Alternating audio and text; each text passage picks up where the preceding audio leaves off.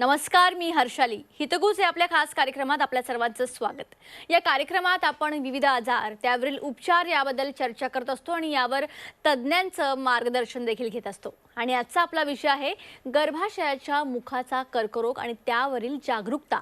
आणि यावर चर्चा आणि मार्गदर्शन करण्यासाठी आपल्यासोबत आपल्या स्टुडिओमध्ये आलेले आहे डॉक्टर रिचा बन्सल आणि डॉक्टर दीपाली बोराडे बागल. स्वागत आहे तुमचं. नमस्कार. नमस्कार.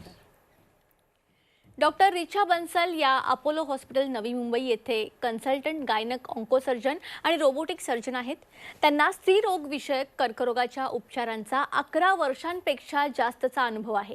त्यांना तरुण स्त्रियांमध्ये स्त्रीरोग विषयक घातक रोग हाताळण्यामध्ये विशेष रस आहे. त्यांनी संपूर्ण एज्युकेशन हे टाटा मेमोरियल हॉस्पिटल येथून पूर्ण केलेलं आहे. डॉक्टर दीपाली बोराडे बागल यांच्याबद्दल सांगायचं झालं तर या सल्लागार radiation oncology Apollo cancer centre Navi Mumbai येथे कार्यरत आहेत. त्यांना या फील्डमध्ये 10 वर्षांपेक्षा जास्तचा अनुभव आहे. त्यांनी साऊथ कोरियामधून फेलोशिप कंप्लीट केलेली आहे. त्यांचा विशेष स्वारस्य स्त्रीरोग आणि स्तनाचा कर्करोग घातकता, स्टिरिओटॅक्टिक रेडिओ शस्त्रक्रिया, स्टिरिओटॅक्टिक बॉडी रेडिओथेरपी यामध्ये आहे. त्यांनी विविध शोध निबंध राष्ट्रीय आणि आंतरराष्ट्रीय व्यासपीठावर प्रकाशित देखील केलेले आहेत. चला तर विषयाला सुरुवात करूयात. डॉक्टर दीपाली, तुमच्यापासून सुरुवात करूयात. गर्भाशयाचा मुखाचा कर्करोग काय असतं? सो जनरली जेव्हा गर्भाशयाचा कॅन्सर आणि गर्भाशयाच्या मुखाचे कॅन्सर हे वेगवेगळे प्रकार असतात आणि गर्भाशयाच्या मुखाच्या कॅन्सरमध्ये ॲबनॉर्मल सेल्स जेव्हा वाढीला लागतात तर त्यावेळी गर्भाशयाचा कॅन्सर होतो. डॉक्टर रिचा, तुमच्याकडे वळूया. भारतातील किती महिलांना गर्भाशयाच्या मुखाचा हा जो कर्करोग आहे त्याचा त्रास आहे? ओव्हरऑल भारतामध्ये याचं प्रमाण काय आहे आणि याचा डेथ रेट काय आहे, सविस्तरमध्ये सांगा. भारत में डेफिनेटली ये जो सर्वाइकल कैंसर है, जो गर्भाशय का मुख का जो कैंसर है, इसका प्रॉब्लम काफ़ी सिग्निफिकेंट और बड़ा है.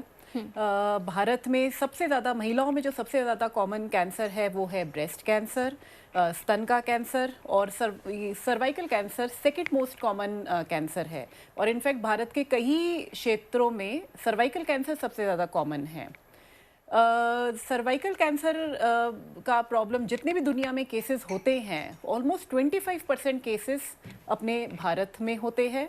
और कुछ स्टडीज़ का प्रमाण ऐसा है कि मतलब हमारे भारत में हर 8 मिनटों में एक महिला की मृत्यु सर्वाइकल कैंसर की वजह से होती है. So definitely cervical cancer India में बहुत बड़ा प्रॉब्लम है. सारे गायनेक कैंसर्स की अगर बात की जाए तो ऑलमोस्ट 50% कैंसर्स जो महिलाओं में सारे कैंसर्स जो होते हैं वो गायनेक या फिर गायनेकोलॉजिकल कैंसर्स होते हैं. ओके. तर प्रेक्षकांनो, गर्भाशयाच्या मुखाचा कर्करोग हा जो आहे त्याचे नेमकी काय लक्षणं आहेत, त्याची काय कारणं आहेत, याविषयीच आजचा हा आपला कार्यक्रम आहे. सविस्तरमध्ये आपण डॉक्टरांकडून मार्गदर्शन घेऊयात. डॉक्टर दीपाली, सुरुवातीला आपण यांच्या लक्षणांबद्दल सविस्तरमध्ये बोलूयात. त्याची लक्षणं काय आहेत? गर्भाशयाच्या मुखाच्या कॅन्सरची लक्षणे बघायची झाली तर पाळी गेल्यानंतर ब्लिडिंग होणे किंवा 2 पाळीमध्ये ब्लिडिंग होणे किंवा संबंध आल्यानंतर ब्लिडिंग होणे हे याची लक्षणे आहेत. बऱ्याच महिलांमध्ये परवजायनल डिस्चार्ज, जे की आपण म्हणतो अंगावरचं पाणी जाणे, अंगावर पाणी जाईल त्याचा वास येणे, ही याची कॉमन लक्षणे आहेत. ओके. आणि त्याचबरोबर गर्भाशयाच्या मुखाच्या कर्करोगाचे रिस्क फॅक्टर म्हणजे कारणं काय आहेत? तो गर्भाशय का जो मुख का कैंसर है, इसका मूल कारण है एक वायरस जो है ह्यूमन पैपिलोमा वायरस. ये एक सेक्शुअली ट्रांसमिटेड इन्फेक्शन है और बहुत ही कॉमन इन्फेक्शन है. बट अच्छी बात ये है कि ज़्यादातर महिलाओं में ये HPV वायरस इन्फेक्शन होता है और अपने आप बॉडी की इम्यूनिटी के कारण क्लियर भी हो जाता है. जिन कुछ महिलाओं में ये HPV इन्फेक्शन बॉडी से क्लियर नहीं हो पाता है, कुछ बॉडी की इम्यूनिटी की कमी होने की वजह से, वो महिला हैं जो ज़्यादातर रिस्क में है सर्वाइकल कैंसर होने के. तो ऐसे कुछ है कि जल्दी शादी हो जाना, 18 साल से पहले शादी हो जाना, पहले बच्चे का जन्म 20 साल की उम्र से पहले हो जाना, मल्टीपल सेक्सुअल पार्टनर्स रहना, बॉडी में इम्यूनिटी की कमी होना जैसे कि HIV एड्स का इन्फेक्शन या फिर जो ट्रांसप्लांट पेशेंट्स हैं उनमें, और अदरवाइज भी जो कोई भी महिला सेक्सुअली एक्टिव है वो इस कैंसर के रिस्क में है और उसको ये सब प्रिकॉशन्स लेने चाहिए। ओके. आता याचा जो धोका आहे डॉक्टर रिचा, तो आपण कमी कसा करू शकतो? गर्भाशयाच्या मुखाचा हा जो कॅन्सर आहे, याचा धोका आपण कमी कसा करू शकतो, याविषयी थोडं सविस्तरमध्ये सांगाल? जो सर्वाइकल कैंसर का प्रॉब्लम है, मतलब बॉडी में काफ़ी कम कैंसर्स ऐसे हैं जो हम टोटली प्रिवेंटेबल मानते हैं। मीन्स हम इनको बिल्कुल इफ़ेक्टिवली हम इनकी रोकथाम कर सकते हैं और उनमें से सर्वाइकल कैंसर लकीली एक है। सर्वाइकल कैंसर की रोकथाम करने के लिए हमारे पास दो इम्पॉर्टेंट टूल्स हैं। वो है HPV vaccination. HPV vaccination recommended है छोटे बच्चों में। आइडियल एज ग्रुप है 9 to 15 ईयर्स ऑफ एज। और क्योंकि सर्वाइकल कैंसर काफ़ी बड़ा प्रॉब्लम है, हम HPV वैक्सीनेशन ज़्यादातर गर्ल्स में हम लोग स्ट्रॉन्गली रिकमेंड करते हैं। दूसरा जो औज़ार हमारे पास है वो है पैप स्मीयर स्क्रीनिंग, जो सभी महिलाओं को, सभी शादीशुदा महिलाओं को या जो भी महिलाएं सेक्सुअली एक्टिव हैं उन महिलाओं को करना चाहिए। रिकमेंडेशन ये है कि 30 साल से ऊपर 60 साल की उम्र तक हर महिला को हर तीसरे साल पैप स्मीयर स्क्रीनिंग अपना करना चाहिए। पैप स्मीयर स्क्रीनिंग बहुत ही आसान तरीके से किया जा सकता है। कोई भी आपकी नज़दीकी गायनेकोलॉजिस्ट कर सकती है। इसके लिए कोई भर्ती होने की या बेहोश होने की ज़रूरत नहीं है। सिंपल OPD एग्जामिनेशन के ज़रिए ये पैप स्मीयर टेस्ट हो सकता है। तो रेडीली अवेलेबल टेस्ट है और बहुत ज़्यादा एक्सपेंसिव नहीं है। ओके. डॉक्टर दीपाली, महिलांचा कर्करोग प्रतिबंधक क्लिनिकबद्दल थोडं सविस्तरमध्ये आपल्या प्रेक्षकांना सांगा. महिलांना जे कॅन्सर्स होतात, लाईक ब्रेस्ट कॅन्सर्स, गर्भाशयाचा कॅन्सर, गर्भाशयाच्या मुखाचा कॅन्सर, हे जेव्हा अर्ली स्टेजमध्ये डिटेक्ट होतात ते चांगल्यापैकी क्युअर होतात. त्यामुळे हे खूप इम्पॉर्टंट आहे की त्यांना अर्ली डिटेक्ट करणं आणि प्रॉपर त्याची ट्रीटमेंट करणं. तर अपोलो हॉस्पिटल्स नवी मुंबईमध्ये आम्ही एक क्लिनिक तयार केलेलं आहे, ज्यामध्ये आपण ब्रेस्ट कॅन्सर, परत सर्वायकल कॅन्सर्स, युटेरस कॅन्सर्स, ह्या कॅन्सरचे स्क्रीनिंग केलं जातं, त्याबद्दल माहिती दिल्या जातं. तो कॅन्सर प्रिव्हेंट कसा करायचा किंवा अर्ली कसा डिटेक्ट करायचा याबद्दल सविस्तर माहिती दिली जाते. आणि अशा क्लिनिकमधून जेव्हा कॅन्सर लवकर डिटेक्ट होतो त्याची ट्रीटमेंट ही लवकरात लवकर केली जाते, जेणेकरून जेव्हा कॅन्सर स्टेज 1 आणि स्टेज 2 मध्ये असतो त्याची प्रॉपर ट्रीटमेंट होऊन तो पूर्णपणे बरा होतो. ओके. डॉक्टर रिचा, HPV लसीकरणाबद्दल थोडं सविस्तरमध्ये आपल्या प्रेक्षकांना काय सांगाल? HPV वैक्सीनेशन, जैसे मैंने बोला कि जो मोस्ट आइडियल एज ग्रुप है वो है 9 से 15 साल की लड़कियों को दिया जाना। 2 डोजेस इसके दिए जाने चाहिए। अगर आज एक डोज दिया है तो दूसरा डोज 6 महीने बाद दिया जाना चाहिए। अगर किसी लड़की का अगर 15 साल की उम्र में ये डोज अगर नहीं दिया गया है तो नेक्स्ट बेस्ट जो टाइम है वो है शादी होने से पहले वैक्सीनेशन मिल जाना चाहिए। एक बार शादी होने के बाद या एक बार अगर सेक्सुअली एक्टिव अगर हो जाती हैं तो उसके बाद ये HPV वैक्सीनेशन का जो इफ़ेक्टिवनेस है वो कम हो जाता है। तो HPV वैक्सीनेशन हम लोग डेफिनेटली बहुत ज़्यादा स्ट्रॉन्गली रेकमेंड करते हैं और काफ़ी साइंटिफिक रिसर्च का ये मानना है कि HPV वैक्सीनेशन से डेफिनेटली हम लोग ये सर्वाइकल कैंसर की प्रॉब्लम हमारी कंट्री से बिल्कुल पूर्ण तरीके से एलिमिनेट कर सकते हैं, जड़ से मिटा सकते हैं। ओके. आता तुम्हा दोघांसाठी माझा असा प्रश्न आहे की गर्भाशयाचा मुखाचा हा जो कर्करोग आहे त्यावर उपचारचे पर्याय कोणते कोणते अवेलेबल आहेत याविषयी सविस्तरमध्ये दोघांकडून उत्तर अपेक्षित आहे. तुमच्यापासून सुरुवात करूया डॉक्टर दीपाली.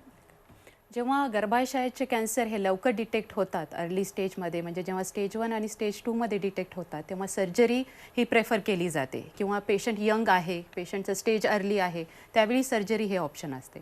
जेव्हा डिसीज हा ॲडव्हान्स स्टेजमध्ये डिटेक्ट होतो, जसं की मोस्ट ऑफ दी आपल्या इंडियन वुमनमध्ये स्टेज 3 आणि स्टेज 4चे आजार डिटेक्ट होतात, त्यावेळी किमो आणि रेडिएशनद्वारे त्याची ट्रीटमेंट केली जाते.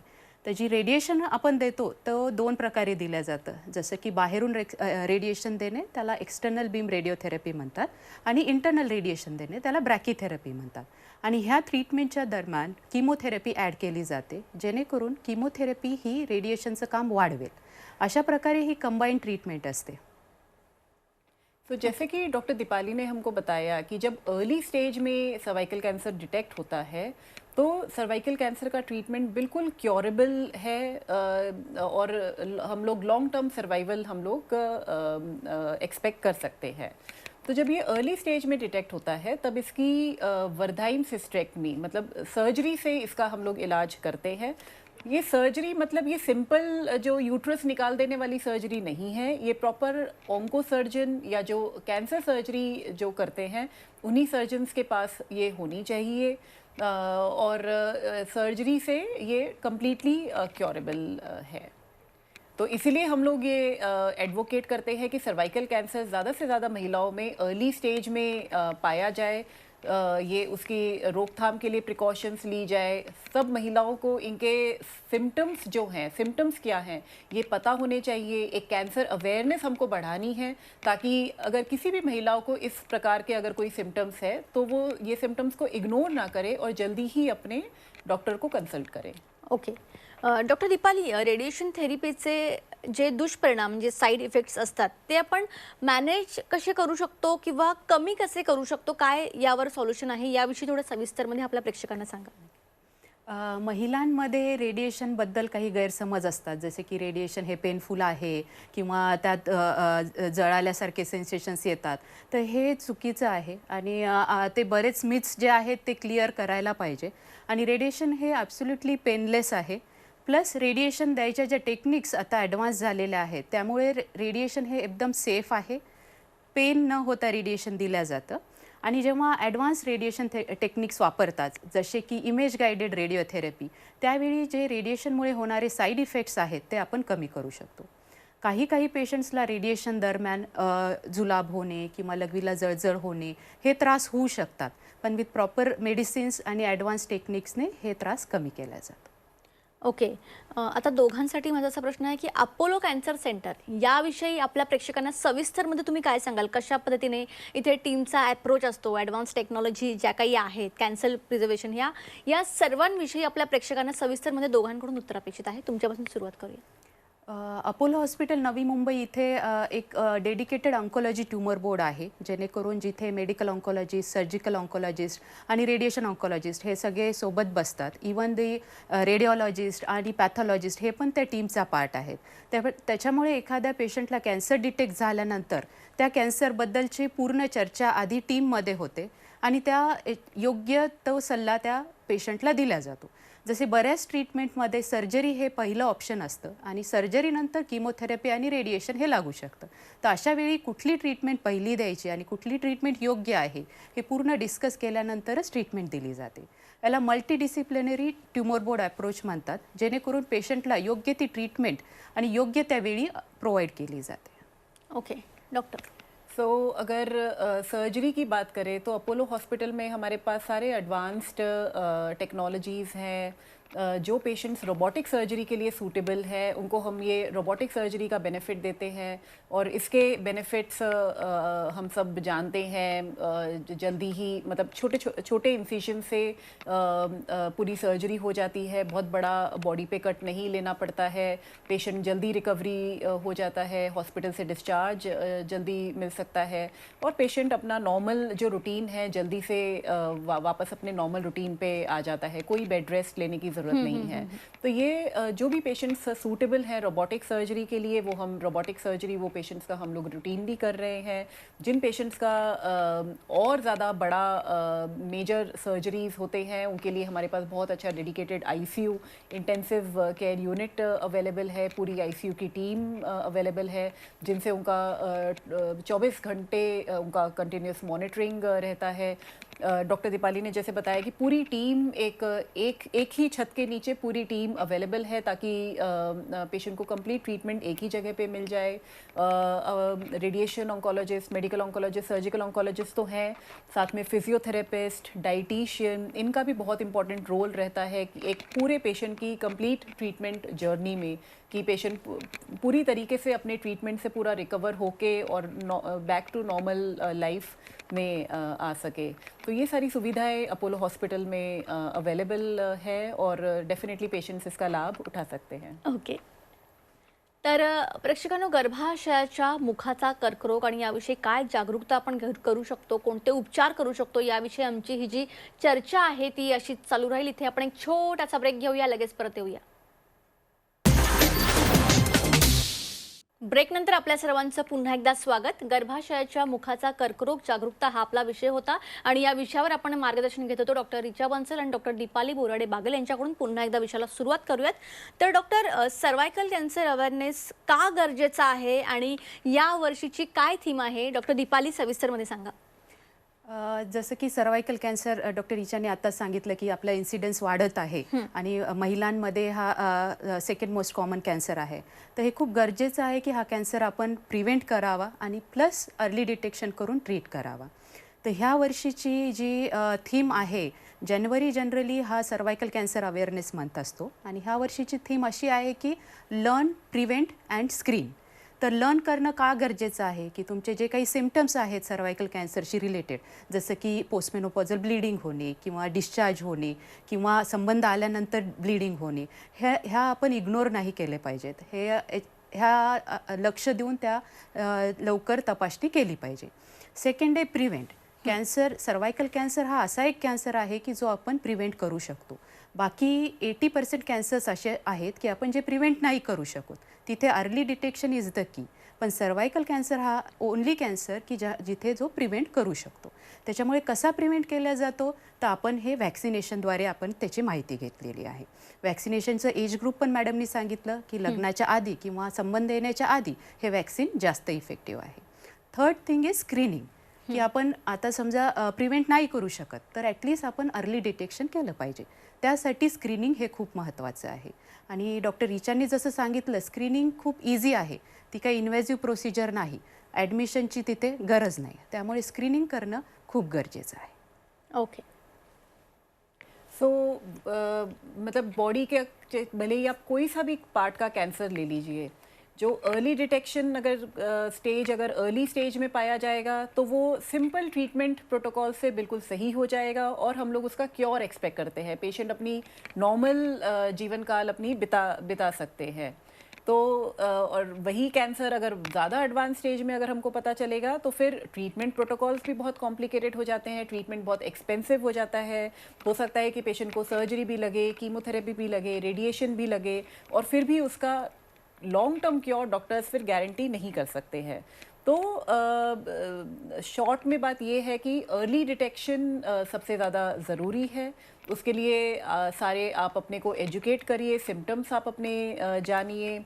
दूसरी जो हमारी प्रैक्टिस में काफ़ी टाइम हम लोग ऐसा देखते हैं कि पेशेंट्स को ये कैंसर भी हो सकता है, ये पता नहीं होता है. थोड़े भी सिम्टम्स के लिए अगर उनको ब्लीडिंग है तो उनको लगता है कि हमने यूट्रस निकाल देना चाहिए, गर्भाशय निकाल देना चाहिए.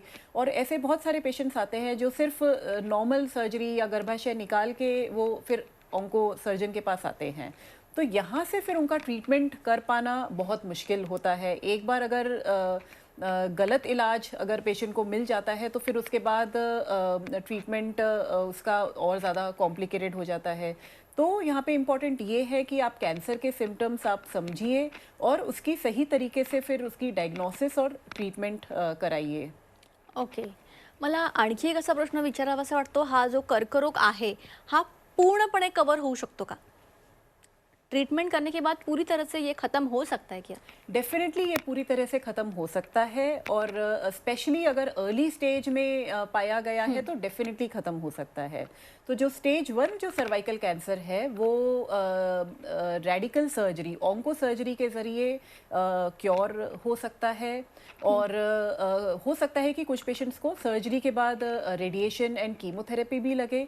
बट डेफिनेटली हमारे बहुत सारे पेशेंट्स हैं, हमारे एक्सपीरियंस में बहुत सारे पेशेंट्स हैं जिनका long term survival early detection से हुआ है.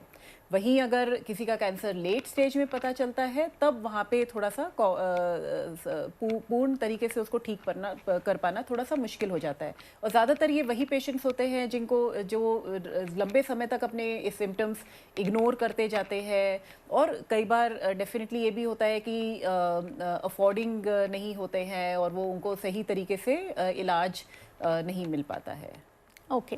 तुम्ही या ठिकाणी आला, खूप चांगलं मार्गदर्शन आपल्या प्रेक्षकांना केलं, त्यासाठी तुमचे मनापासून धन्यवाद. थँक्यू. तर प्रेक्षकांनो, गर्भाशयाचा मुखाचा कर्करोग काय असतं, याची काय लक्षणं आहेत, यावर कशा पद्धतीने उपचार करू शकतो आपण, याविषयी डॉक्टर रिचा बन्सल आणि डॉक्टर दीपाली बोराडे बागल यांनी खूप अत्यंत उत्कृष्ट असं मार्गदर्शन केलेलं आहे. या ठिकाणी तुम्हाला सुद्धा असे काही सिम्पटम्स दिसत असतील तर ते अवॉइड करू नका, दुर्लक्ष करू नका. तुम्हाला स्क्रीनवर जे कॉन्टॅक्ट्स नंबर दिसत आहेत त्याद्वारे तुम्ही यांना कॉन्टॅक्ट करू शकता आणि चांगल्या पद्धतीची ट्रीटमेंट घेऊ शकता. कार्यक्रमात आता वेळ झाली आहे इथेच थांबण्याची. ताज्या बातम्यांकरिता पाहत रहा झी 24 तास.